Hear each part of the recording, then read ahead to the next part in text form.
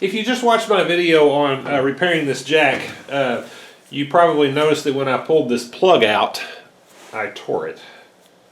And that's the normal state of affairs for me. Whenever I pull these out, I tear them.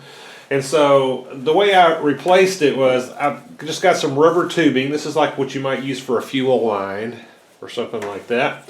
It just fits inside the hole with a little resistance.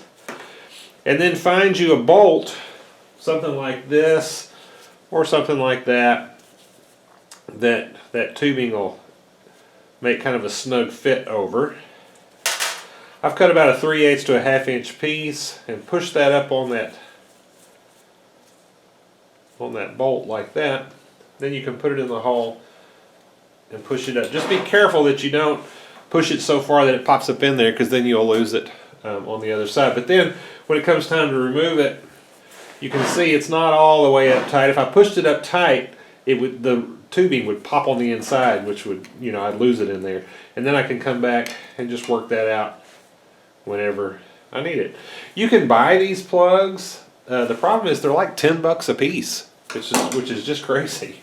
So anyway, hope that helps somebody. Thank you for watching.